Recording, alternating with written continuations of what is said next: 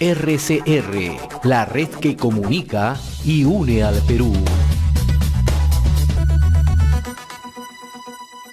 Hoy tenemos una grata entrevista, en realidad es una satisfacción para RCR tener esta mañana al doctor Hugo Neira, ¿no? No requiere mayor presentación, historiador, sí requiere. sociólogo, periodista, ensayista y docente universitario, ¿no? Además, una persona que siempre sigue muy de cerca no solamente la vida política en el Perú, sino la vida cotidiana, ¿no? La vida de los peruanos. Un gusto de tenerlo, doctor Neira. Muchas gracias. ¿Es verdad que tiene usted esas conexiones con los de Lima y en el centro? Así es. Entonces puedo dar una meta así, ir a Palacio a tomarlo. No, estoy bromeando, ¿no? Claro. Sería el último en hacer eso. El último, creo en la necesidad de la estabilidad, al contrario, ¿no? De repente son los años me he vuelto conservador. No, además, y eso creo que... Conversemos como si tomáramos un café. Un café. Además, en efecto, no estaría de mal que tomase un cafecito. Así es. Y obviamente temprano, no he desayunado. He venido por razones así absolutamente, ¿cómo decirle? Cívicas. Yo nunca me niego, porque he sido muchos años y sigo siendo periodista, a un periodista cuando me pide. Y la verdad que tengo un montón de cosas que hacer, terminar unos libros, escribir, y como dicen que tengo calle, digo, tengo un huevo de cosas que hacer. Entonces, por más profesor que sea, es la verdad. Entonces, ¿cómo hace para ordenar su tiempo? Porque yo sé que usted tiene una agenda sumamente recargada, comparte entre el análisis político, también entre las labores... ¿Me ha dicho recargadas o recagadas? Recargadas. No, porque como está la cosa hoy, francamente, como la cosa que hacen los políticos... Bueno, adelante. ¿Sigue en la docencia? ¿Ah? ¿Sigue en la docencia? Claro que sí, si no la docencia me muero. No, yo tengo una actividad. Enseño, trabajo para 2 universidades. ¿Por qué? Porque me ocupo de mis libros, de 2 universidades, la Universidad San Martín de Porres y... ¿Porras o Porres? Creo que hay una AE que se equivocaron, pero en fin, y la Universidad de Ricardo Palma. ¿Qué hago ahí? Doy clases y me editan libros, porque la ley Mora, que no está mal, el general Mora, saludo general. La última vez que lo vi fui en el Pentagonito y me enseñó la oficina donde se sentaba Montesinos, de cuando era el jefe de inteligencia. Desgraciadamente el presidente Toledo borró la inteligencia y eso es muy grave. Siempre un Estado tiene que tener. Entonces a lo que voy es que hago esto y ya he publicado unos libros que son 10 años de enseñanza que tengo de ciencias políticas. ¿Usted enseñó en Francia? Pero, bueno, lo que pasa es esto, rápidamente, porque voy a hablar de mí, pero muy brevemente, porque la gente no tiene por qué saber. Yo no soy político, pues soy simplemente un profesor universitario. Y no quiero ser político, eso lo voy a explicar después. No me da la gana para ser neutral, imparcial. Bueno, yo estudié en San Marcos Historia, fui uno de los discípulos que no nos llamamos así, del doctor Porras que nos formó, ¿no? Amigo de Basadre también. Y claro, esas gentes son Mario Vargas Llosa, Pablo Macero, un gran historiador en vida, quizás el más grande historiador que hay en vida en este momento, y Carlos Araneva que heredó. Rápidamente tuve la suerte de ser invitado a ir a Francia para trabajar como investigador. ¿Por qué? Porque un francés se impresionó con mi libro Cusco, Tierra y Muerte. Yo tenía 25 años, me habían dado un premio contando qué pasaba en el Cusco, realmente qué pasaba, sin mentiras. Entrevisté, era periodista en el Diario Expreso, a los dirigentes de los movimientos campesinos. Y luego, después de estar en Francia, estudié ciencias políticas. Volví al Perú, estuve con Velasco 7 años, y regresé a Europa, donde me ofrecieron trabajo porque a mí se me cerraron todas las universidades, lo digo sin rencor, después de Velasco, era un tipo peligroso según ellos, para la derecha y para la izquierda, les había robado el programa. ¿Qué programa? No tenían ninguno, nunca iban a hacer la reforma agraria. Y entonces ahí hice un tercer doctorado en ciencias sociales, y quiero terminar con esto, para que lo sepan. Peruanos, no los dejé mal. Yo fui profesor titular en Francia, y solamente tienen que saberlo nuestros paisanos, nuestros ciudadanos, se es profesor en Europa solo si pasas un concurso público. O sea, no seas profesor porque el rector es tu pata, tu amigo, sino porque has ganado un título. Y cuando estás dentro ya del sistema, las universidades te llaman. Entonces soy alguien que ha sido profesor hasta mi jubilación y he vuelto al Perú. Pero, ¿qué pasa? Soy un europeo también en mi cabeza y mis sentimientos son peruanos. Eso es raro. Un ciudadano del mundo. ¿Es usted? Un ciudadano del mundo. ¿Y qué me pasa con eso? Que yo tengo una distancia de las universidades y también de la clase política porque trato de entender el Perú, de verlo, porque esta es una cosa que pueden preguntarme. El Perú ha cambiado y mucha gente no se han dado cuenta de ese cambio, sobre todo en los políticos. A propósito del cambio que usted menciona, doctor Neira, ayer yo leía su columna del diario El Comercio, ¿no? Y usted comenta lo que en algún momento le revela una alumna, ¿no?, suya, ¿no?, que ella había perdido su casa, había sido despojado de su vivienda porque un mafioso había probado que el terreno era suyo, ¿no?, con la ayuda de un juez. Tremendo, ¿no?, problema, ¿no es cierto? Y usted culmina con una frase que me parece grafica exactamente lo que pasa en el Perú, ¿no? A gritos el país pide justicia. Dice, ¿por qué hemos llegado a esta situación? Hemos llegado porque nosotros tenemos la culpa, no nos hemos dado cuenta. Hemos sido un poco cómplices de eso. ¿Y qué nos ha pasado? Les digo con toda sinceridad, una de mis armas, mi querido amigo, es un poco la racionalidad que uno aprende en Europa, ¿no? Tratar de ver la realidad como es, no porque no nos guste. Incluso yo puedo estudiar algo que no me guste, pero lo que pasa, les digo sinceramente, nunca pensé que el Poder Judicial estaba tan corrompido. Pensé, como muchas gentes, que había un juez por allá que era corrupto y otro por allá, pero una organización desde arriba para abajo, oiga, ni Al Capone, ¿eh?, me saco el sombrero. Es decir, Al Capone consiguió controlar un poquito ciertas policías de Chicago, nada más. Acá es una cosa, ha habido un control. Y hemos sido muy flojos, muy laxos. Los peruanos somos poco duros. Y hemos consentido, porque el que menos ha aprovechado de esto también. Entonces, a mí me pasó lo siguiente, les cuento esto, sí, en la avenida Diagonal, en Miraflores, porque a veces me encuentro con mis amigos en un café en el Haití, ¿no? Me gusta el café. Tradicional café Haití. Yo no bebo, ¿eh? Hace 50 años que no tomo alcohol. Una cervecita a veces, pero realmente alcohol no bebo. Y por eso como estoy a mis 82 años. Entre otras cosas, porque en un momento fui comunista y no me arrepiento. Y después me salí. Cuando me dicen algunos, doctor Neira, usted ha sido de izquierda, no me friegue, pues, de izquierda cualquiera. Yo fui comunista. Es como si usted le dijera a un señor, ¿usted va mucho a misa? No, yo no voy mucho a misa. Yo estudié para cura. Yo salí del partido con una disciplina, con un orden, una lógica y con una ética. Estuvimos en el gobierno de Velasco, muchos de nosotros que ya no queríamos estar con el Partido Comunista, nunca robamos un centavo. ¿Usted se imagina a Héctor Béjar haciendo dinero, a Carlos Franco, a Béjar que agarró las armas? Nosotros éramos eso que en el Perú hay que elegir, si hay que ser pendejo o ser cojudo. Yo preferí ser cojudo, así, abiertamente, no enriquecerme en el poder. Y eso no lo han vuelto, no robamos. Y entonces a lo que voy, esa señora, se me acerca una señora y me dice, doctor Neira, no me reconoce. Hombre, le digo, yo te he visto, pero me dijo, hace 10 años, claro, le digo, ¿en qué universidad en tal? Y me dice, ¿cómo estás? Mal, me dice, mire lo que estoy llevando, y me enseña un legajo de papeles.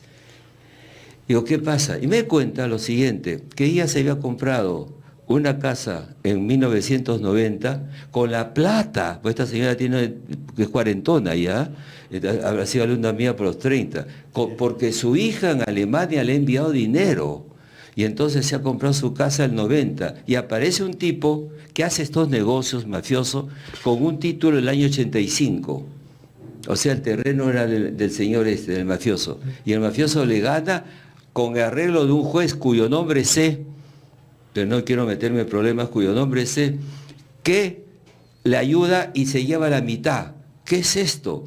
Esto es bien grave, porque usted tiene casa, usted también, y estamos todos amenazados de perder una propiedad, porque el Poder Judicial se pudre. Si se pudre el Poder Judicial, se pudre como en el SIDA la autodefensa de la sociedad.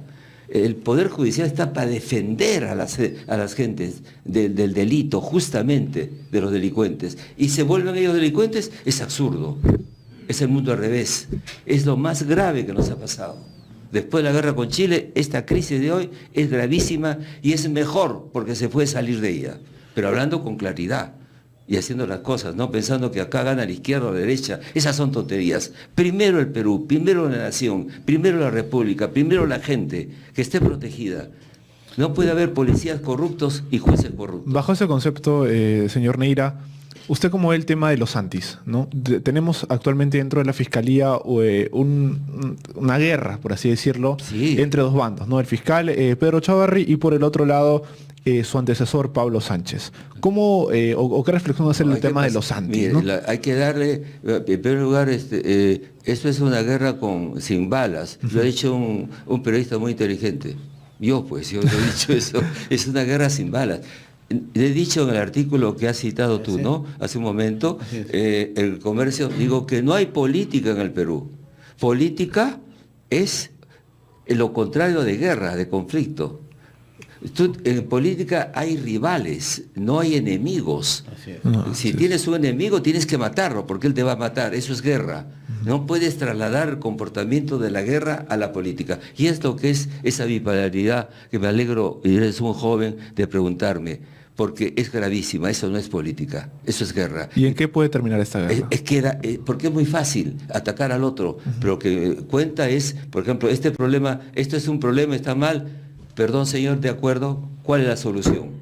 Y la solución nunca puedes hacerla solo. Mira, les voy a contar una cosa muy sencilla de la historia de Estados Unidos, por ejemplo, de qué cosa es política. 1941, se preparan los americanos a la guerra, todavía no están en la guerra, están en guerra Europa, no quieren entrar, de acuerdo, y Roosevelt se impacienta, y de repente, ¡paf!, un cañonazo de un submarino alemán.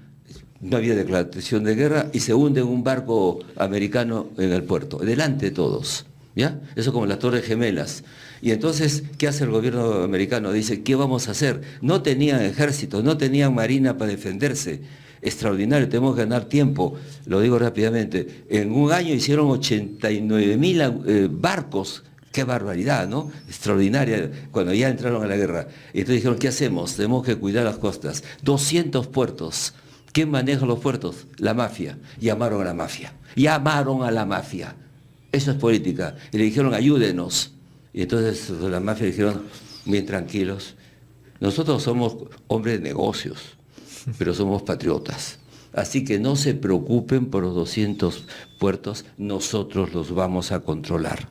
Ahí no entra nadie que no sea americano. Y los controlaron. Ese es el arte de la política, ¿no? Entonces quiero decir que eso es política. Hay que darle la mano al que no te gusta.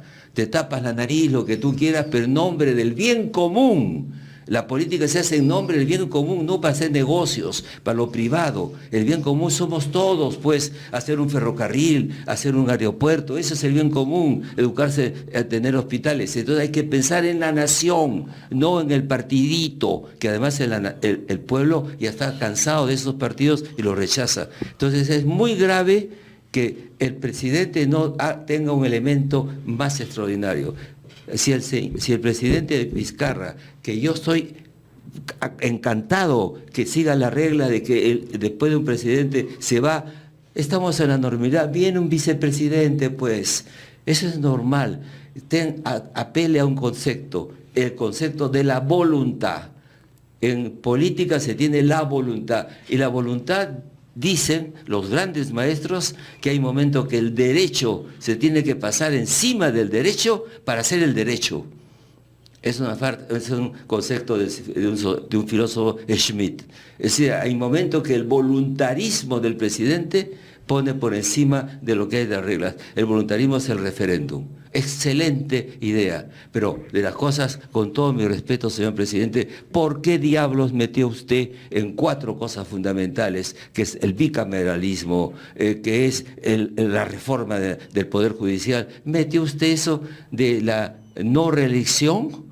¿Le está usted pidiendo a los congresistas que se peguen un tiro? O sea, les dice, ayúdame pues, pero te vas a... Imagínate que a mí me llame un gerente. ¿Cómo arreglaría usted, sociólogo, la empresa? Hago un aporte más de capital, hago publicidad, y usted, gerente, se va. Oye, el gerente me dice, ¿qué le pasa? ¿Está loco? Entonces, eso es lo que le he hecho, pues. Yo he hecho una metáfora. He dicho que era una canasta de manzanas con una víbora.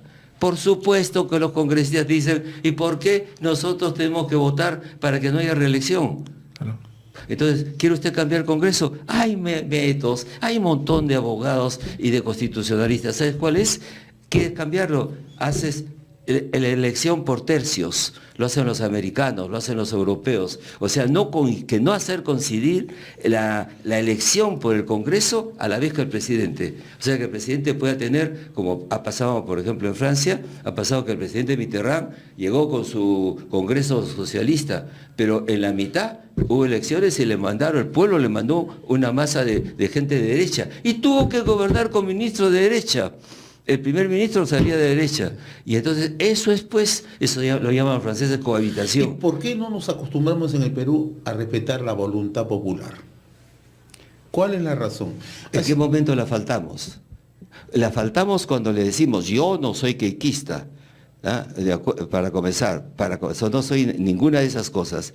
Pero ¿por qué tratan tan mal a un partido nuevo que ha aparecido, difícil de clasificar, que no es Alberto, que no es el padre, y tiene 8 millones de personas que votaron? ¿No maletean a 8 millones de personas? ¿No las están maltratando? En el Perú, doctor Neira, hemos escuchado en los últimos meses, porque estoy siguiendo con bastante atención este tema, usted en sus columnas lo remarca, ¿no?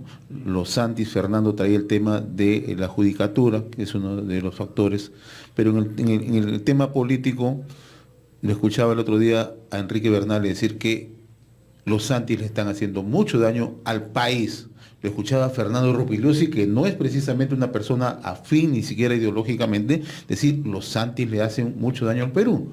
Entonces, también me remontaba un poco cuando usted decía que cuando usted debatía en las aulas universitarias con los apristas, no eran sus enemigos, eran sus rivales. Entonces la gran pregunta que surge, ¿qué tanto daño le está haciendo los Santis al Perú? Antes éramos antiapristas, ahora surge el antifujimorismo, el anticaiquismo, y lo cierto es que al Perú siempre se le sigue golpeando y no hay forma de ponernos de acuerdo.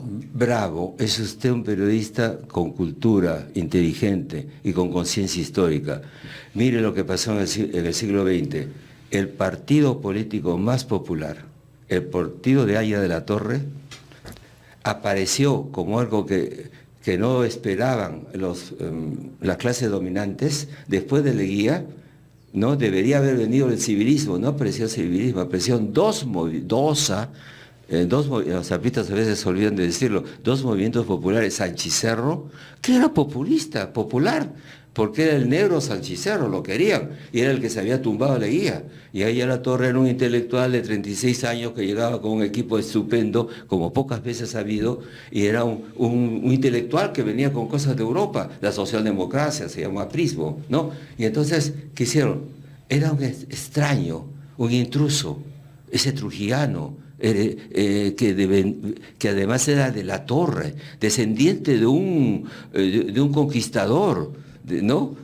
Y con un partido rarísimo, con cholos, negros, obreros. Era un estigma, ¿no? Entonces era una cosa rara, era el país, era la nación. Y lo combatieron todo el tiempo, y cuando él llega a ser presidente de la constituyente, ya tiene 80 y tantos y le da un cáncer y se muere. Estamos repitiendo lo mismo que perdimos con que Haya la Torre no gobernara, un gobierno socialdemócrata sin más, que hubiera hecho una serie de reformas. Hubiera hecho la reforma agraria y no habría habido Velasco. Entonces tuvo que hacer el ejército, pues, porque entonces, ¿qué estamos haciendo? Repitiendo el tema de la exclusión. El Perú políticamente excluye siempre. Es la costumbre maldita del país, del otro, de cholear al otro, no interviene. Yo le daría incluso a Movadef un espacio. ¿Por qué? ¿Por qué diablos no tendrían el derecho? ¿Y sabes qué? Es profundamente impopular el senderismo y no tendría ni el 4%. Pero ¿por qué se cierran?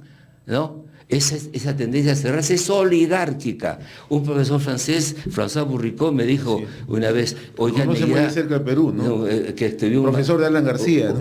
un gran libro hasta el día de hoy, el mejor, Sociedad y Política en el Poder. Me dijo, Hugo, usted regresa al país donde ustedes, los velasquistas, terminaron con la oligarquía, pero no se olvide que no ha terminado con el hombre oligárquico.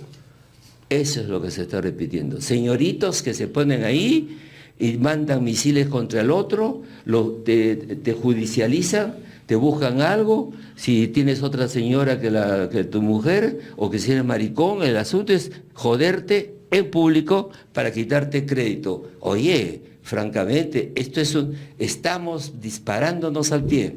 Entonces han enseñado a la gente a odiar, y eso no es política.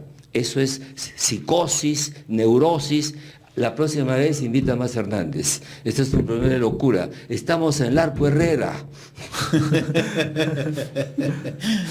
Hay que decirlo, esto es locura. Ven siempre algo maniáticamente. ¿Qué queremos? ¿Santos o queremos políticos? Queremos seres humanos que sepan esa cosa, esa arte tan difícil, que es tener principios, tener ideas, pero discutir con tu rival e incluso ponerte de acuerdo en algunos puntos, no en todo. Yo no creo de que se fusionen los partidos y las gentes, ¿ah? Tienen que estar, yo no creo solamente en el consenso, creo en el disenso, en el derecho a no estar de acuerdo, porque la democracia con que se hace, con mayorías y minorías, pues, y con que se hace en un país, con gobernantes y gobernados, y no admitimos ser gobernados. Yo no escribo nunca para darle lecciones a un presidente o un ministro, y los opinadores hacen eso. Si yo fuera Vizcarra, bueno, perdón señor, usted no lo han puesto el periodista para ponerse encima del presidente. Poquito respeto, representa la legitimidad del país, sea quien sea, sea quien sea. Entonces, ¿qué pasa aquí? Estamos haciendo roles que no convienen. El periodista es el que comunica, es el que discute, es el que critica, pero no es el que reemplaza al hombre que tiene un poder legítimo. Ahora, doctor Neira, le quería hacer una consulta que quizá, bueno, no suene bien entre los medios, ¿no? Pero ¿cuál es la responsabilidad que tiene la prensa también ante esa situación crítica que estamos viviendo en el país? Toda. El político tiene pasiones, pero no solo tiene pasiones, tiene razonamiento. Tienes que pensar en cada caso qué conviene y no conviene, ¿no es cierto? Tienes que razonar. Eres alcalde de Lima. La propuesta es, ¿sigues el metro? ¿O haces periféricos? ¿O haces más autovías? Perdón, son 3 políticas públicas. ¿Cuál es mejor? ¿Qué costo tiene? Tienes que razonar y tomar una decisión por un lado que de repente no era mejor, pero tomas una decisión y habrá gente que estará en contra. Entonces tienes que pensar, tienes que enfriarte y pensar en que hemos perdido 5 años de inactividad como Humala. Lo siento decirlo. Hemos perdido 2 años con PPK. Está en Choquehuanca, mis saludos. Me da mucha pena cómo acabó. Vamos a seguir perdiendo tiempo, 7 añitos de pérdida, donde el Producto Interno Bruto no ha crecido. ¿Y qué pasa? Crece la población, crecen las necesidades. Estamos perdiendo tiempo. A un personaje como el doctor Hugo Neira, historiador, sociólogo, periodista, ensayista y docente universitario, descarnado para decir las cosas, ¿no? Yo leía en los 2000 un libro que él escribía, El mal peruano, el abuso del poder, ¿no? Donde él decía que la plata llega fácil, ¿no? donde la falta de escrúpulos era una suerte de comida diaria, ¿no? La esfera de la impunidad. Han pasado 18 años, doctor Neira, y parece que, si yo recojo el libro, me da la impresión que estamos hablando del Perú actual, ¿no? Peor. Peor. Te agradezco que te acuerdas, te agradezco dos cosas. Primero, que me ha traído café, de café negro. Ese de café americano es una mariconada. Yo no, el café lo tomas con negro así, con el que tiene, ¿no? Cafeína o no, pues eso echarle agua no. Los gringos son duros en otras cosas, pero en el café no. Y la segunda es que te acuerdas de ese libro. Lo escribí, yo vivía en Europa, era profesor, pero vivía más bien, estaba en Papete. Y ahí dije, el mal peruano es la plata fácil, la impunidad, ¿no es cierto? La mafia en el poder, eso es. Se ha ampliado, se ha repetido. Y con gravedad y nuevos problemas de la sociedad peruana, ¿no? Uno de ellos es la educación. Entonces, a lo que íbamos era, quería decirte el bien común, ¿no es cierto? Exacto. Eso es muy importante. Y me preocupa lo siguiente, me preocupa la distancia que se está creando entre el ciudadano, las masas, las grandes mayorías y los políticos. Creo que si se hiciera una verdadera encuesta de verdad, ¿no? En todo el Perú, no esas encuestitas que hacen que son mentirosas, ¿no? Tramposas. Churchill decía, yo solo creo las encuestas que yo hago, ¿no? No, porque esas manipulan, ¿no? Una de verdad, habría una indiferencia muy grande del pueblo con relación al tema político. Me temo que va a haber un problema con los votos por la alcaldía. Me temo. Ya sabemos que hay un porcentaje muy bajo de ganas de votar. Y entonces vamos a tener un problemita de tipo legal, se lo puede preguntar más bien a un abogado o un constitucionalista, es que tiene que haber un porcentaje determinado para que sea legítimo. Si 2/3 del voto es en blanco, ¿siente usted que puede ocurrir que estamos en ese como riesgo? rechazo. ¿Por qué? Por dos razones. Primero, hablemos de los sentimientos. El primero es que hace 10 o 20 años que hay una especie de desengaño de los políticos. Piensen ustedes que Fujimori hizo un gobierno con cosas buenas, introdujo el mercado, hubo el choque y con cosas terribles, malas, venció a Sendero, en las malas, la relación con Vladimiro Montesinos y la fuga cobarde por fax. Eso el pueblo no lo puede perdonar.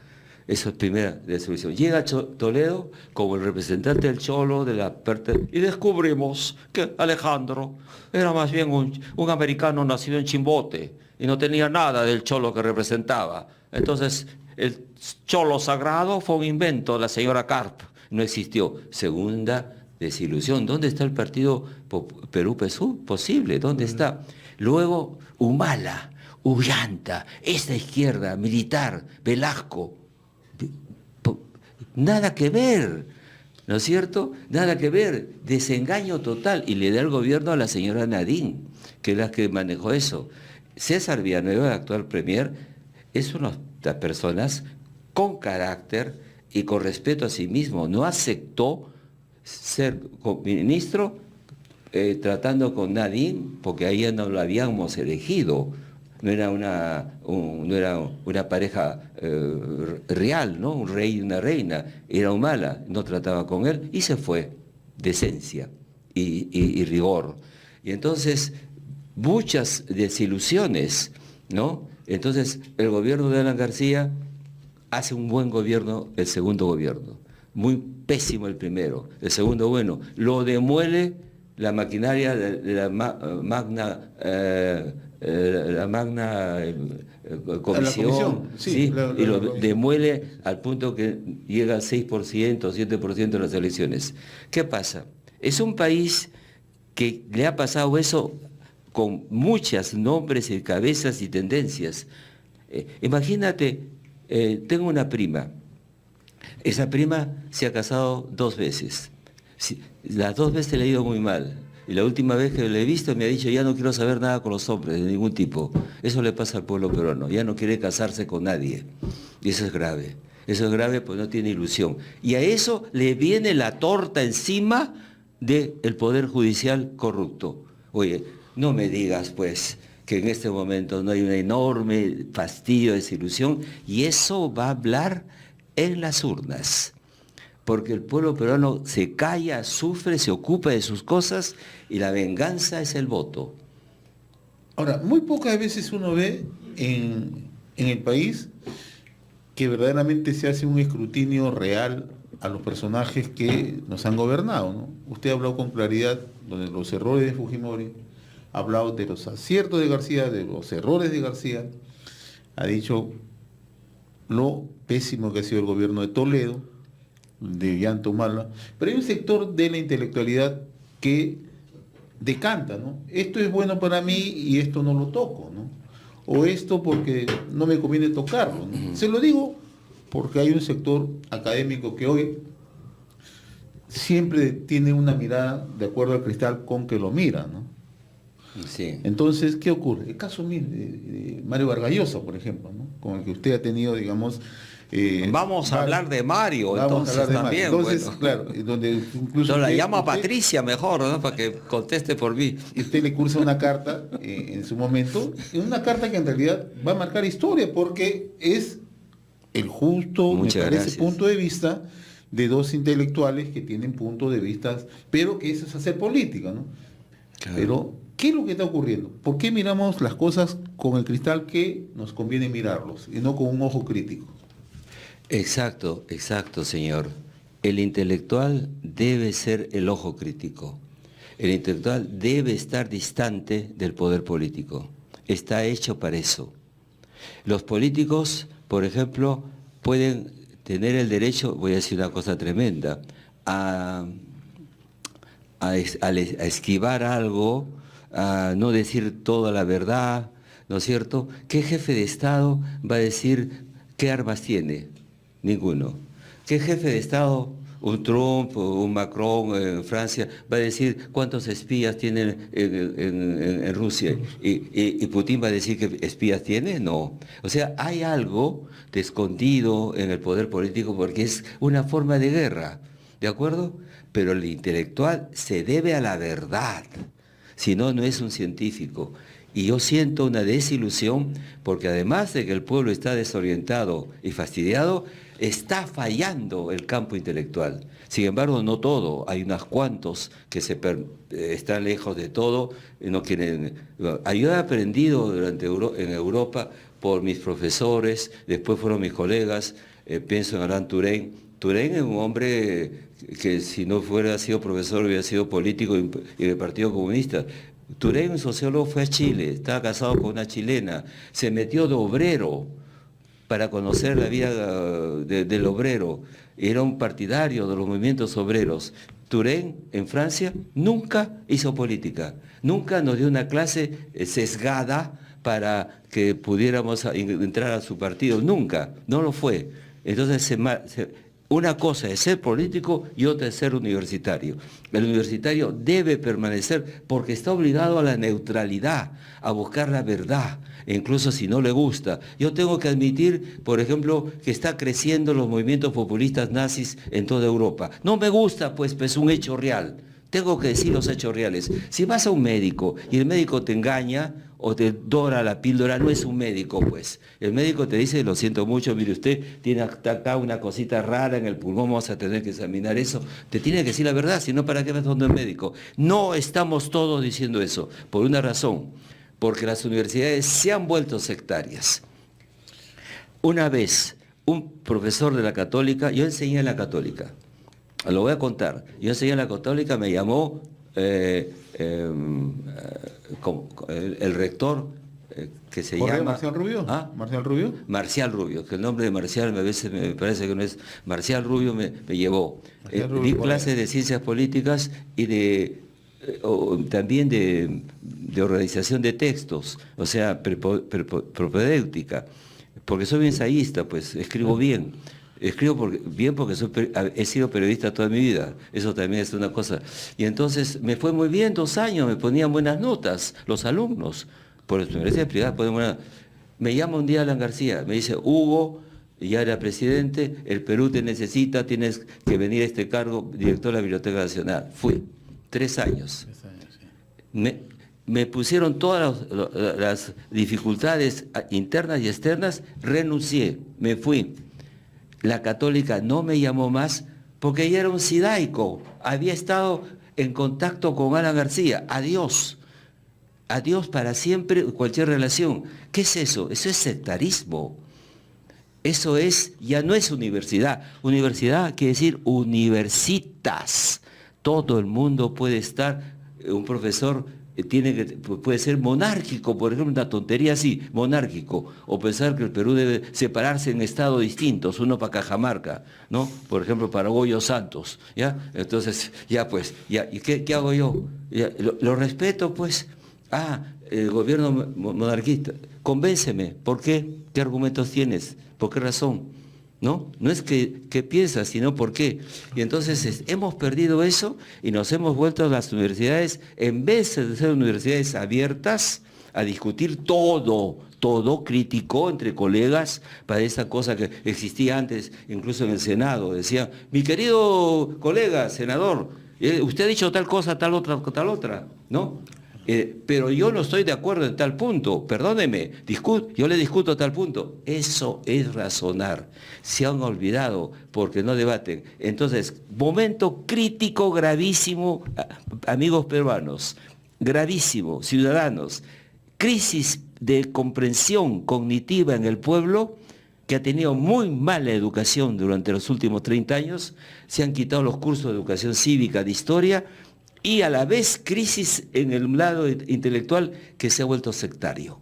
Entonces el sectarismo es que hay una política correcta. Yo soy un incorrecto, porque soy una persona libre. No me da la gana de atacar a Keiko. Más bien me intriga, ¿qué diablos es ese partido que ha aparecido? ¿Quiénes son? ¿De qué clase social? ¿Por qué vienen? ¿Qué concepto tienen? No hay un estudio sobre ese partido, fenómeno, ¿no? Uno solo, para saber qué diablos pasa. Para saber qué cosa pasó. ¿Y usted qué cree que está pasando ahí? Frente a esa pregunta, ¿qué cree que está pasando? Está pasando que nos estamos contagiando el sectarismo. Yo tengo un comportamiento pues más bien humanista, es decir, respetar al otro. No estoy de acuerdo con él, pero lo respeto. Hasta que no coja una bomba, porque en ese momento ya no se discute, ¿no?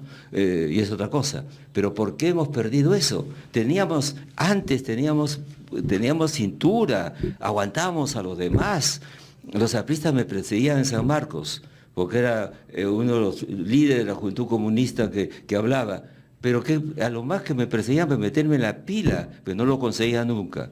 Una vez un aprista me preguntó, el chino Valencia, nos encontramos de casualidad en un congreso. Oye, Hugo, me dice el chino, ¿por qué mis compañeros nunca te pudieron agarrar y meterte a la pila como yo les había mandado? Le dije, no podía porque me subía al techo. Ellos también. Yo corría, ellos también. Yo conocía cómo era el techo de San Marcos, en la antigua universidad. Ellos también. Yo llegaba más rápido hasta la esquina y me tiraba y me agarraba al poste y bajaba. Eso no lo sabía, me dice. ¿Pero por qué corrías tan rápido? Y le digo, chino, ¿sabes qué pasa? Acababa de entrar a San Marcos, había terminado la secundaria. Y en el colegio era corredor de 100 metros planos. Entonces, no me podían agarrar porque corría más rápido. Pero discutíamos, éramos amigos. Nos tomamos una cerveza. ¿Qué pasa? Ese sectarismo es muy malo porque es un retroceso en la historia del Perú. Es un momento en que hay que cambiar nuestras costumbres, hay que ser tolerante, hay que aceptar que el otro existe, que no lo vas a desaparecer. La izquierda no va a desaparecer a la derecha no va a desaparecer a la izquierda. Por otra parte, ¿qué es derecha e izquierda en el Perú en este momento? Hay un montón de derechas y hay un montón de izquierdas. La cosa y hay varias izquierdas que no son muy izquierda, monopolizan el poder, eso ya no es izquierda, se han alejado del pueblo. Fíjate, te digo una cosa, que me parece que está tan grave el problema de la izquierda, eso que dijo alguna vez Beto Algancén, que cuando rompió, dijo, la izquierda no sirve ni para la reforma ni para la revolución. Terrible. Entonces yo me pregunto, en este momento a veces algún amigo que es de Opus Dei se acerca y me conversa, y está tan derechizado el país que un Opus Dei me parece ya de izquierda. No. Te digo porque tienen unas aperturas a muchas cosas y uno dice, Dios mío. Entonces la izquierda se ha endurecido. ¿Por qué? Hay una crisis mundial en la izquierda, es lógico, se hundió la Unión Soviética, pero lo que yo veo acá es un regreso a lo clánico, al dogma, a las ideas ya fijas, a no entender que el mundo ha cambiado. Hemos entrado a una nueva época. Y fíjate el ejemplo de Macron, el presidente Macron. ¿Por qué ha llegado al poder? Porque Macron ha dado un paso al siglo XXI y se ha cogido ciertos elementos que son de la derecha y ciertos elementos que son de la izquierda. Los ha combinado. Es decir, ha hecho una ensalada que ni Acurio la hace tan buena, así mezclando cosas, ¿no? Entonces, ¿qué ha juntado de valores de la derecha? La propiedad, es que es un mal, la libertad, la independencia de los ciudadanos ante el poder, al poder hay que tenerlo limitado. ¿Y qué ha tomado la izquierda? La necesidad de los actos sociales del Estado. Hay que proteger a los niños, hay que educarlos a todos. La vejez, la salud pública gratuita, la educación pública gratuita y de calidad. Oye, ¿qué pasó? Lo eligieron. ¿Qué pasa en el Perú? No mezclan, porque ¿sabes qué? O es una cosa o es otra. Se han vuelto entonces dogmáticos, eso tiene nombres, ¿no? Maniqueos, negro o blanco. Nada es negro por completo, nada es blanco por completo. La política combina cosas. Y si no combina, no sirve para políticos. Ahora, vivimos en un mundo de la manipulación constante, ¿no? Sí, enorme, en el planeta. Se ha puesto en modo los fake news, que son las noticias falsas. Eso no ha acabado, ¿ah? Van a venir cosas peores todavía. Hay técnicas hoy día para cortarle la cabeza, teóricamente, poner la cara de alguien en un cuerpo de otra persona. Lo han hecho con los de Game of Thrones, de la serie, les han cortado la cabeza y lo han puesto en hombres y mujeres en una orgía. Entonces tú los ves, las trampas van a venir en lo visual. Se están preparando trampas, hay técnicas nuevas, no vamos a poder separar lo real de lo irreal. Más difícil en lo semántico, en el lenguaje es más difícil, pero eso maneja las pasiones. O sea, nos estamos volviendo todos fascistas, nos manejan por sensaciones, emociones y odios. Fascismo o sea, Goebbels ha ganado. Y como dice Hildebrand, en esto y lo felicito a Hildebrand, Hitler está ganando. Hitler manejó las gentes de un pueblo inteligente a través de la publicidad y la propaganda. Y el periódico no puede ser una propaganda, ni lo que estamos haciendo es una propaganda. ¿Estamos llegando en el Perú, cree usted? ¿A eso estamos llegando? Ya estamos en eso.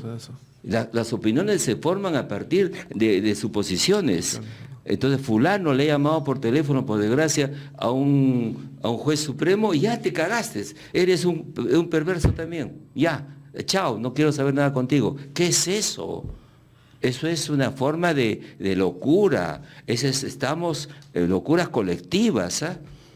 Estamos manejando mal y eso se puede tornar contra nosotros. ¿Sabes cómo? Elecciones del 21, un Maduro peruano. Y adiós todo lo que hemos avanzado económicamente. A eso iba. Se está propiciando el escenario político para la llegada de un caudillo que pueda ser un Maduro, por ejemplo, que nos pueda resultar un Nicolás Maduro.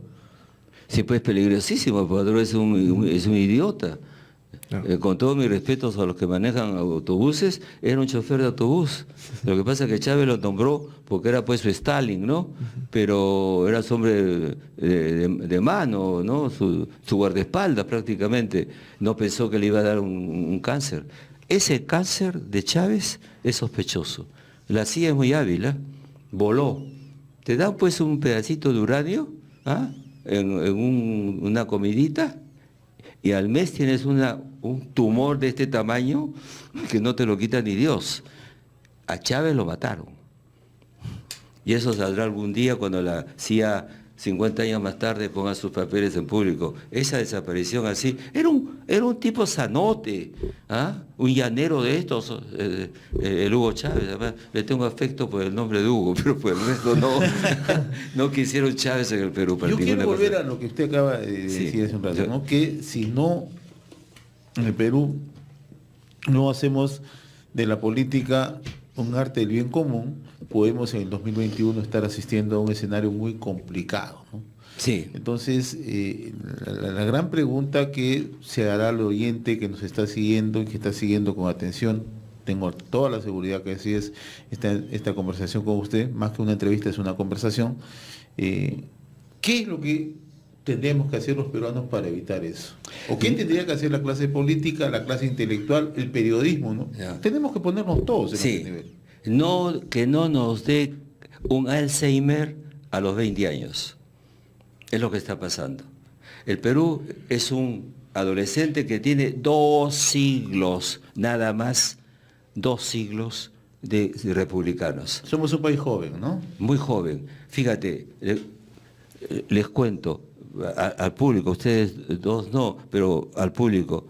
Cuando viene la Revolución Francesa, ¿saben cuánto tiempo tenían de la monarquía los franceses? 9 siglos.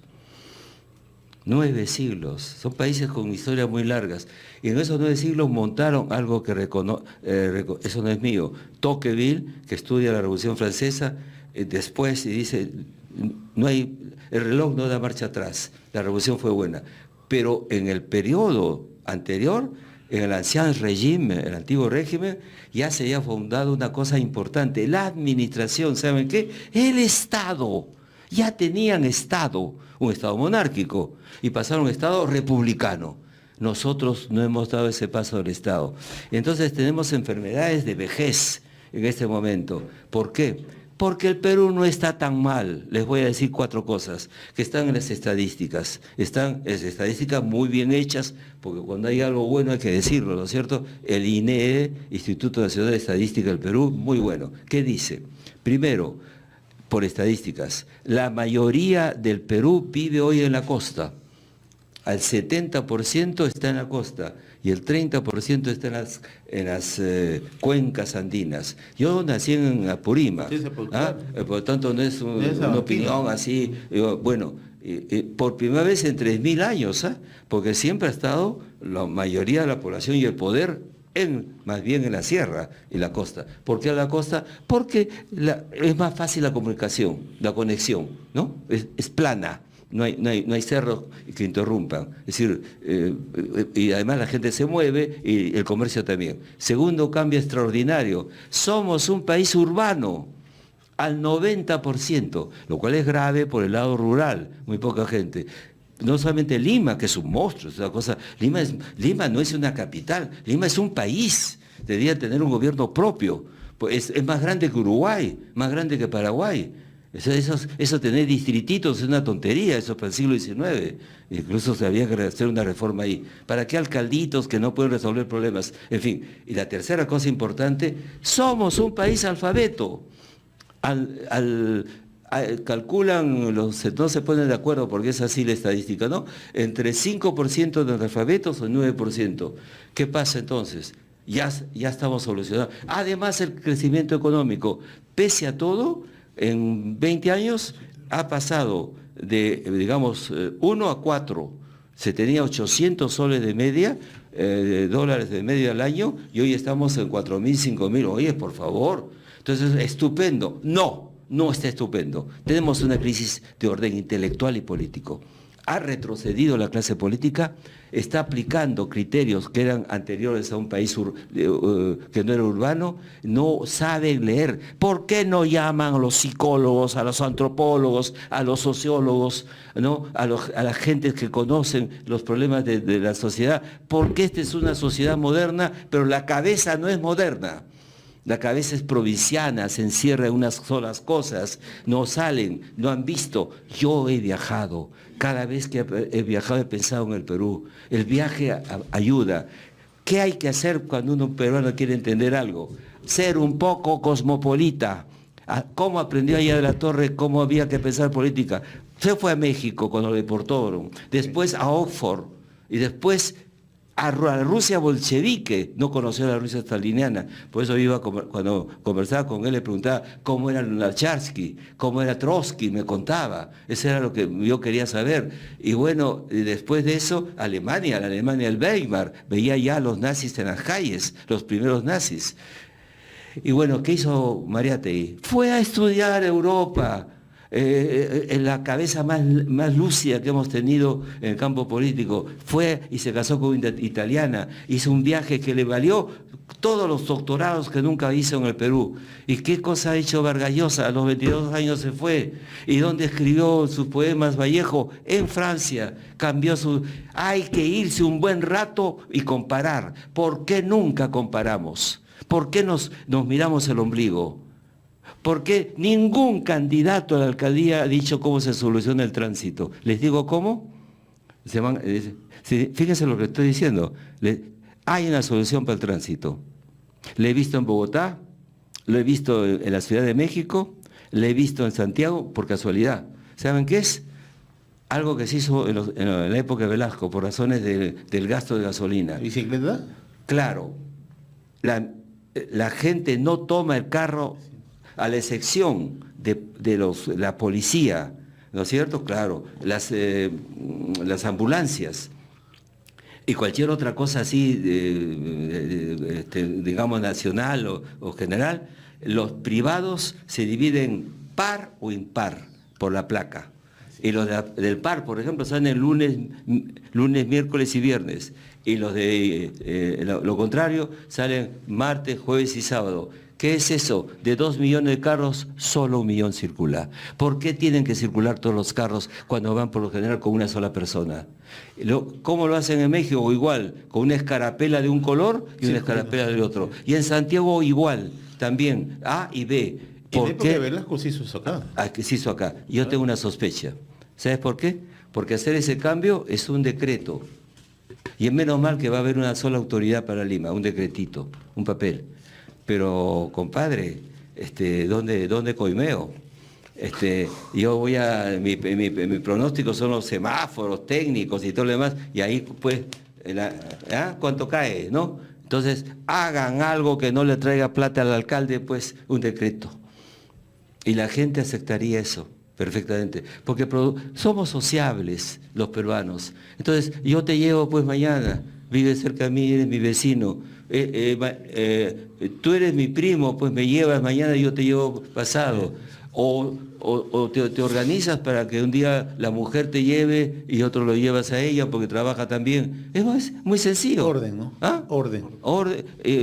Organización de vecinos, de gente inteligente que están cerca, eso se hace así y se resuelve. ¿Por qué no lo ha dicho? ¿Cuántos hay que no lo han dicho? Uno solo. Y existe. ¿Sabes por qué? Porque no viajan, pues. No salen a investigar cómo diablos lo hace Bogotá. ¿Por qué no hay esos problemas? No salen del Perú, porque nunca comparan. Están muy así puestos, están empoderados. Ellos ya saben. Por eso no leen también. El peruano no lee porque ya sabe. ¿Qué sabe?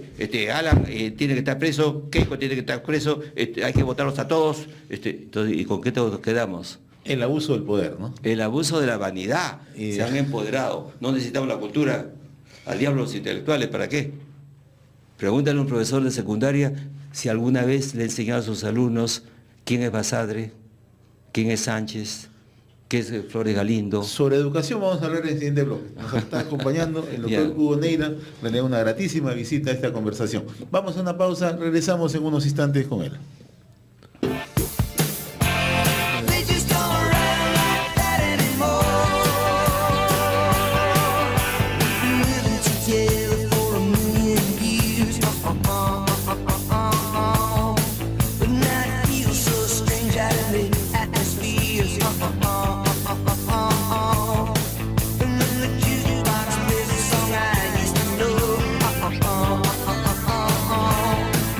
Now I'm scared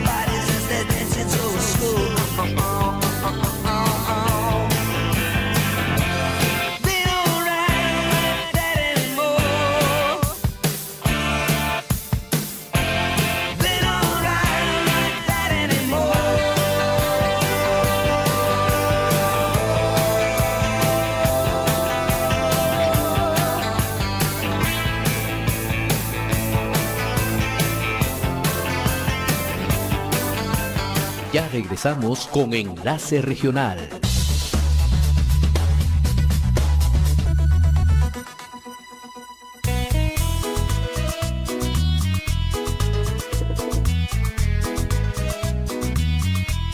¿Sabías que para eliminar los zancudos de tu casa solo necesitas 15 minutos? Escoge un día de la semana para identificar, seleccionar y eliminar los criaderos de zancudo. No permitas que el dengue, la chikungunya o el zika afecten a tu familia. Elimina los zancudos. Es muy fácil, solo necesitas 15 minutos.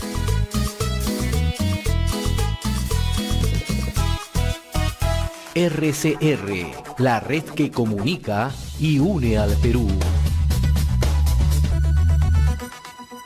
Salud mental es sentirte bien contigo y con los demás. Por eso, conversa sobre tus experiencias y escucha siempre los consejos de tus padres. Disfruta con tu familia y amigos y pasa tiempo de calidad con los que más quieres. Comparte cariño con quienes te rodean y respeta a los demás. Conversa, disfruta y comparte.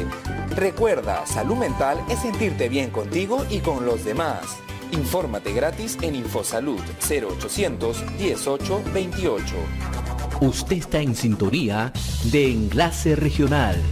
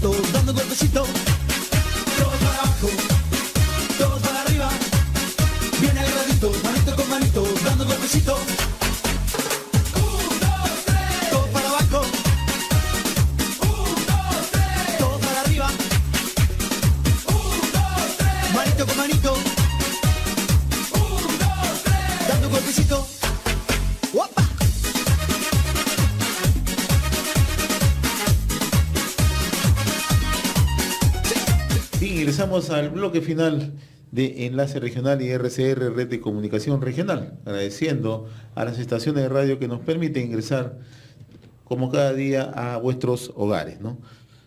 Seguimos en esta conversación, en realidad, ilustrativa, ¿no? Una conversación que nos permite, ¿no?, de una manera abierta ir conociendo esos espacios que muchas veces no se hablan en el país, ¿no? Esos temas que se han convertido en una suerte de tabú, pero que son temas del día a día, ¿no? Nos acompaña el doctor Hugo Neira, historiador, sociólogo, periodista, ensayista, docente universitario, y como él dice, con harta calle, ¿no? Pero justamente de eso se trata, ¿no? Y se agradece el café, está muy bueno el café. Y comenzamos en el preámbulo que el tema de la educación, doctor Hugo Neira, ¿no? Usted ha sido director de la Biblioteca Nacional y lo que usted también nos indicaba hace unos momentos, ¿no? Se requiere a veces para hacer un poco de política, ser cosmopolita, ¿no? Ser un ciudadano del mundo, ¿no? Conocer realidades, ¿no? Conocer cuánto se ha avanzado en el mundo en materia educativa, ¿no? Y en el Perú, uno de los puntos débiles, sin lugar a dudas, es el tema de la educación, ¿no? A veces alabamos a ministros, alabamos supuestamente gestiones, pero en el fondo los objetivos no se cumplen, ¿no? Y estamos siempre a la saga, ¿no? Usted es docente universitario a la par, ¿no? ¿Cómo mira este tema, el tema educativo en el país? Mire, lo más grave, cuando yo he vuelto al Perú a vivir, nunca dejé de venir, ¿no? Por un tiempo porque vivía mi padre y mi madre, y después cuando ellos ya murieron, yo venía igual porque escribí un libro, la tercera mitad, en Papeete, en Tahití, donde me nombraron los franceses precisamente porque era peruano, era muy divertido eso, porque decían, usted tiene que ir allá porque los franceses no entendemos países multiculturales, y usted es peruano, y usted entiende que hay gente diversas, así que tiene que ir para allá. Así que yo no quería salir de Europa, pero en fin. El Perú de mi juventud era un Perú pobre, pero culto. En la parte culta, la parte alfabeta, leía libros. Esa gente que se reunía en los mítines de Barrantes o de Odeya La Torre, soportaban conferencias complicadas, que eran como para una universidad. Yo me he quedado espantado y yo no perdono a la sociedad peruana su culpabilidad. Se han descuidado. ¿Cómo es posible que se derrumbara la educación que teníamos? Les habla una persona que creció en un barrio popular con sus abuelas que me educaban, mis abuelas Damiani, arequipeñas, que por razones económicas fueron a vivir a Lima, pues no tenían otras, se habían quedado pobres, eran las aristócratas que habían estudiado en Italia. Y yo estudié en el Melitón Carvajal y la primaria en el 429, eran estupendos colegios. Eran tan estupendos que yo he aprendido cosas inusitadas. Por ejemplo, en deporte aprendí esgrima. Eso parecía que fuera un colegio suizo. Y con regreso, y ya no existen las buenas de educación secundaria. No solamente eso, la han destruido. Mi tesis es que no hay secundaria.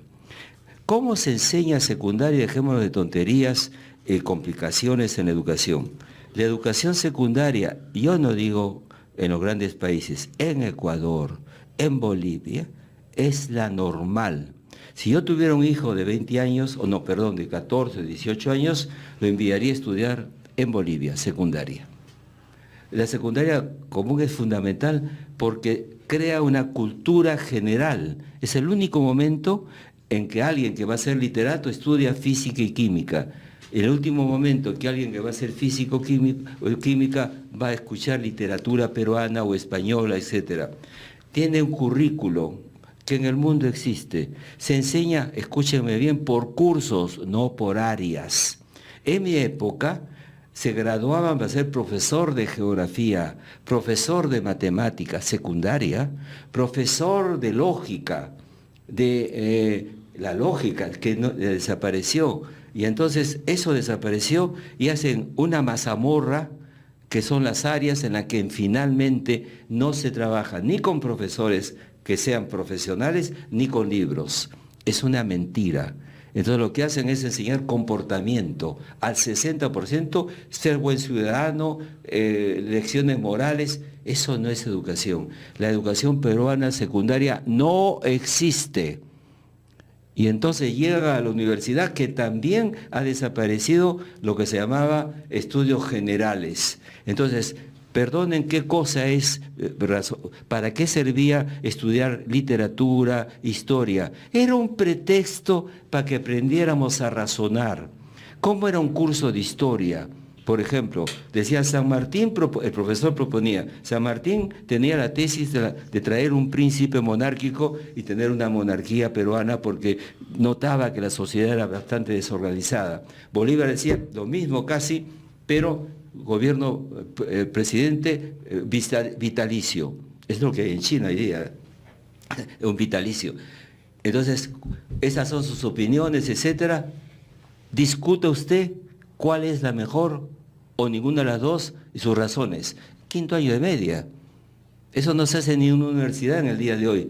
Razone por qué pensaba eso Bolívar, en primer lugar. Y en segundo, eso se llama dos operaciones, dos, amigos, dos, que hay que aprender en algún sitio. Hacer un comentario.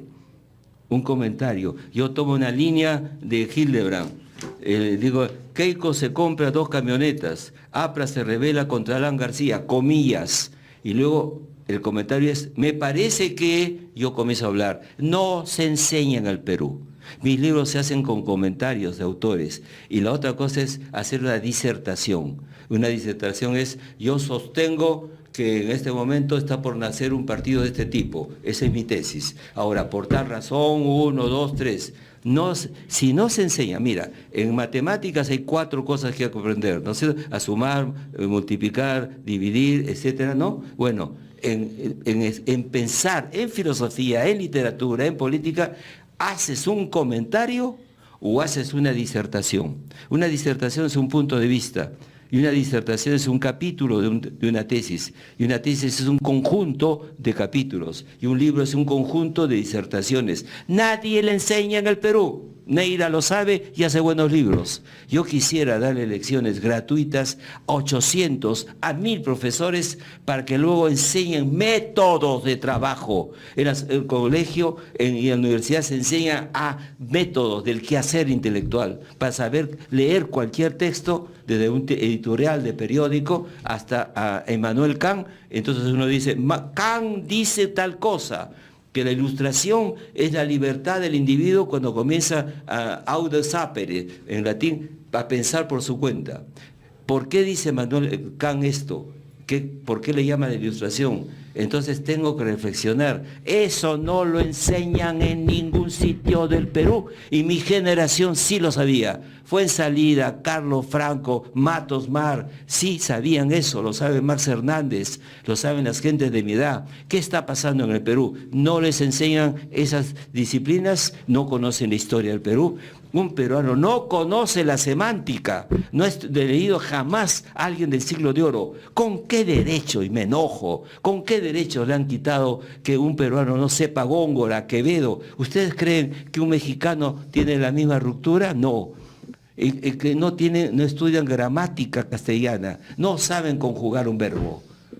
¿Y ustedes creen que los americanos no estudian gramática inglesa? ¿Qué pasó en el Perú? Se desplomó la educación humanística y esa es una trampa del imperialismo. Si me pongo sectario, el Banco Mundial ha recomendado eso. A la mierda el Banco Mundial. Quieren embrutecernos, que seamos solo manuales, que no surjan intelectuales, porque el intelectual que surge del pueblo es una incomodidad para las clases dominantes. Entonces han hecho un embrutecimiento deliberado. Y se han pegado a eso muchísima gente sin darse cuenta de una gigantesca trampa.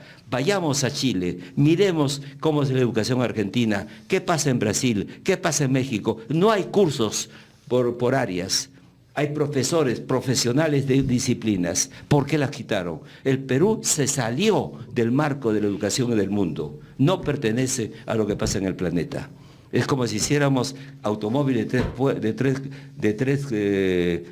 tres ruedas. Siempre me he dicho, caray, menos mal que no fabricamos automóviles, podríamos de 3 ruedas o de una rueda arriba 5, porque queremos ser originales.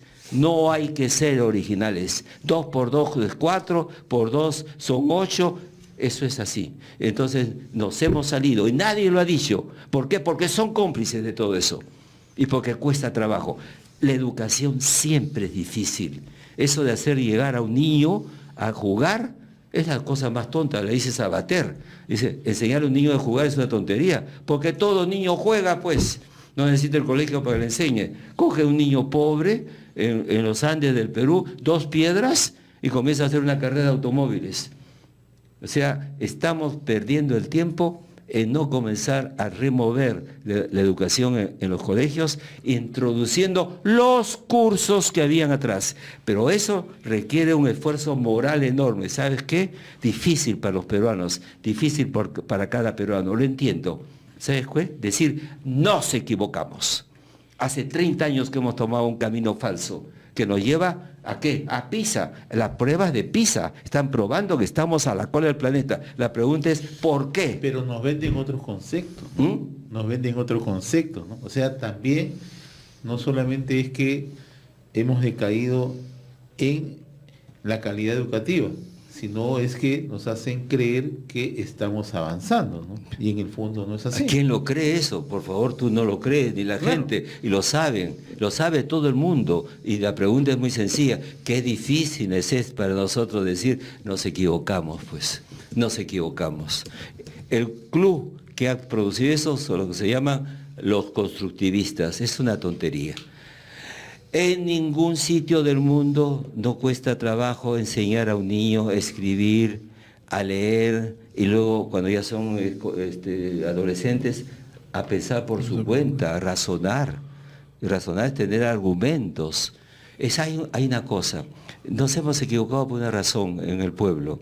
El pueblo descubrió, la gente popular, las capas emergentes, los cholos, pues, la choledad, la magnífica choledad, descubrió el mercado. Se puso a hacer dinero, ¿no? Progresaron, ¿no es cierto? Bravo, estupendo, no es sin ironía. Y pensaron que eso, el dinero, ya era suficiente. No lo es. No es idea mía. Pierre Bourdieu, yo le pongo comillas y notas hasta lo que hablo, ¿no? Hay gente que plagia, pues en vez de poner una comilla, pues he tomado esto de esto. Entonces, ¿qué dice Pierre Bourdieu? Hay dos tipos de fuerza. El capital, si tú tienes capital, oye, por favor, si tú tienes dinero, es un poder. El otro es el poder simbólico. El simbólico es permitir a una persona como yo, que viene de las clases populares. Mi padre era un blanco pobre, el lince, y yo me echo como ella me echó. Alguien como yo, así, saliendo de un colegio nacional, hoy día es imposible. Yo salí del colegio nacional, entré con facilidad a San Marcos, con facilidad salí de San Marcos y seguí estudiando porque había estado bien formado. ¿Por qué estoy acá? Yo soy también un ciudadano francés. Tengo una pensión que podría instalar en cualquier parte. Porque vengo a darle al Perú lo que el Perú me dio, una magnífica educación. Yo nunca olvidaré las maestras que tuve en el colegio, que ¿saben qué? Eran maestras que llegaron por vocación. Llegó un momento en el Perú, en los años finales de los 80 y los 90, llegó un montón de gente que quería enseñar en los colegios para buscar una chamba, pero no era porque tenían vocación ni formación, y ahí nos vinimos abajo. Y eso no ocurría antes, ¿no? No ocurría antes. Un profesor de escuela. Era un profesor de primera. Incluso le daba el Estado una casa para que la habitara al lado del colegio, ¿no? Ganaban bien, eran serios, enseñaban muy bien y formaron unas gentes. ¿De dónde estudió Alan García? En el grado de unidad escolar el Egure. ¿Y dónde estudió Fujimori? Que después de todo es un buen matemático. ¿Dónde? Ugarte, ¿no? En Alfonso Ugarte, que era nuestro rival porque jugábamos fútbol Lucho contra Bedoya ellos. estudió en la Claro, Guadalupe, entonces ¿no? estaban educando al pueblo. ¿Cómo se han asustado las clases dominantes de los blanquitos de que los cholos estuvieran aprendiendo cosas y han inventado esta vaina? Y hoy día los padres del pueblo se llevan a los hijos a los colegios privados porque el Estado son un desastre. Entonces, ¿qué está pasando? Estamos creando unas gentes que no logran hablar bien, que no logran expresarse, que no leen libros. Basta escuchar a muchas personas en la televisión, algunos ministros y por favor muchísimos congresistas, que tienen una dificultad enorme. En los debates de la alcaldía ha habido gente muy interesante, el número último de caretas, pero mucha gente no sabe hablar, pues, porque no sabe hablar, pues no sabe pensar, pues. Pensar es tener sujeto, verbo y predicado, cortar. ¿Por qué hacemos periodismo? Nos enseñan también a escribir. ¿Sabes por qué? Tenemos esa suerte porque el periodista que escriba, el profesor que escribe, tiene que pensar en el otro. Comunicar, ¿no? Comunicar. Y para comunicar me hay que hacer frases cortas mejor, ¿no es cierto? No hacer frases largas, etcétera. Se derrumbó la educación. Eso se resuelve en 3 o 4 años. Si alguien toma medidas, se puede enseñar a gente las técnicas del pensamiento y la lectura, porque ahora no leen, están asustados. Yo le he regalado a Guachimán, de mi casa, le he regalado así medio populista, en plan populista, le he regalado Cervantes, ¿no? El Quijote, y me lo ha devuelto. Me he hecho, señor, disculpe, pero me da dolor, no puedo leer, me da dolor de cabeza. Eso se aprende en niña. Y ahora mismo las escuelas no funcionan. Es una mentira. Los pobres padres de familia se matan llevando a sus hijos a la escuela. No estudian nada. No pregúntenles qué conocimientos se transmiten. No buenas maneras. Eso lo hace la familia. O un curso de educación cívica es suficiente. Bien, doctor Moneira, en realidad sumamente gratificante haberlo tenido esta mañana acá en Enlace Regional y RCR, Red de Comunicación Regional. Hemos conversado de diversos temas, ¿no? Pero aún No hay que perder la fe, ¿no? Creo que los No, yo peruanos no pierdo la somos fe, tesoneros, ¿no? pero lo que pasa es que ustedes me han permitido hacer una cosa que los griegos llamaban catarsis. Lo traduciendo, ¿saben qué cosa es la catarsis? Es vomitar. Es decir, ya esto me agobia, porque realmente me preocupa. La incultura deliberada me asusta, porque de ahí puede salir cualquier cosa del pueblo mismo mala y algún aventurero aprovecharse. Estamos en riesgo porque nuestros paisanos les han quitado lo mejor que del Perú. Siempre fue un país de gentes inteligentes con sentido común. Creo en el sentido común de la gente y yo propondría un cambio en la Constitución. ¿Me puedo atrever? En las reformas que hagan con el Congreso, hagan algo sensacional y sencillo. Elijan un 10% de los congresistas, hombres o mujeres, por sorteo. Para que salga una señora del pueblo, pues, o un hombre de Puno o de Cajamarca, que no tenga que pasar por los partidos directamente. El sistema de representantes del pueblo por sorteo lo han practicado en Europa varias veces. Entonces llega la gente sin necesidad de un partido y se sienta ahí. Lenin decía que el socialismo era cuando la cocinera llegaba a ser ministro. Y sabe que puede tener una placera, una señora de Gamarra que tenga algo, ¿sabe qué puede tener? Sentido común y representar al pueblo. Un porcentaje por sorteo. El sorteo se utiliza en Estados Unidos para los jurados, ¿no es cierto? Y en Francia también. ¿Por qué no puede llegar una señora? Si no necesitas, para ser representante no necesita ser doctor, ¿ah?